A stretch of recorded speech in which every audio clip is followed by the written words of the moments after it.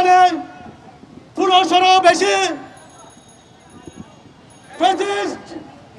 অবৈধ শেখ হাসিনার নিয়ন্ত্রণ বাহিনী পুলিশ কর্তৃক যারা শহীদ হয়েছিলেন সেই শহীদের তালিকায় বাংলাদেশ যুব অধিকার পরিষদের অনেকে ছিল।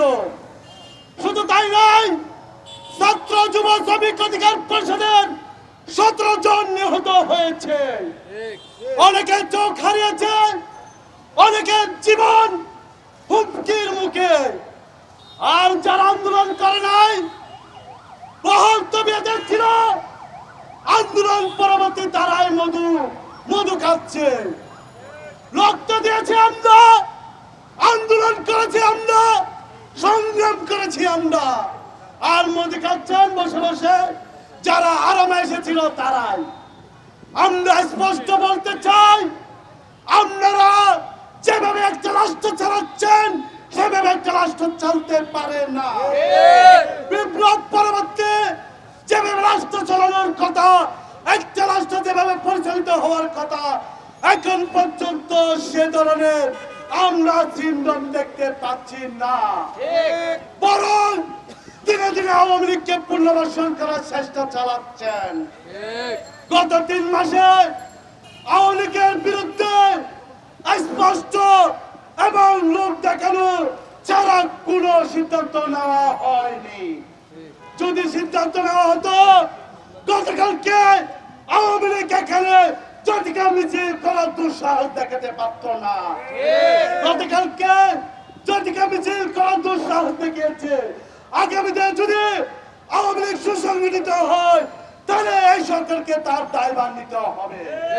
অতএব আমরা বলতে চাই, সুগঠিত হওয়ার আগে অবৈধ কর্তৃত্ববাদী আওয়ামী লীগের রাজনীতি বন্ধের জন্য সরকারকে কঠোর ব্যবস্থা নিতে হবে।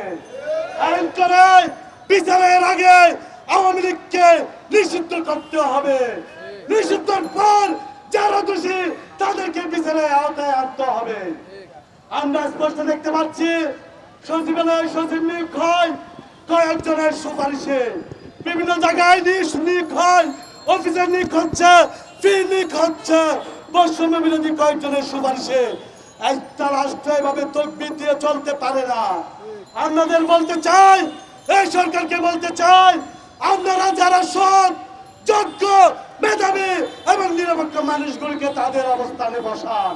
না হলে বিপ্লবী ছাত্র জনতা যে লক্ষ্য উদ্দেশ্যে এই আন্দোলন করেছিল, যারা রক্ত দিয়েছিল, তারা ত্যাগ স্বীকার করেছিল, তাদের বিপ্লব ব্যাহত হয়ে যাবে। আমাদের এক বিন্দু রক্ত থাকা অবস্থায় আমরা এই বিপ্লব ব্যাহত হতে দিব না।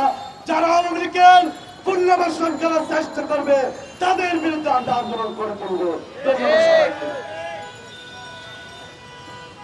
ধন্যবাদ।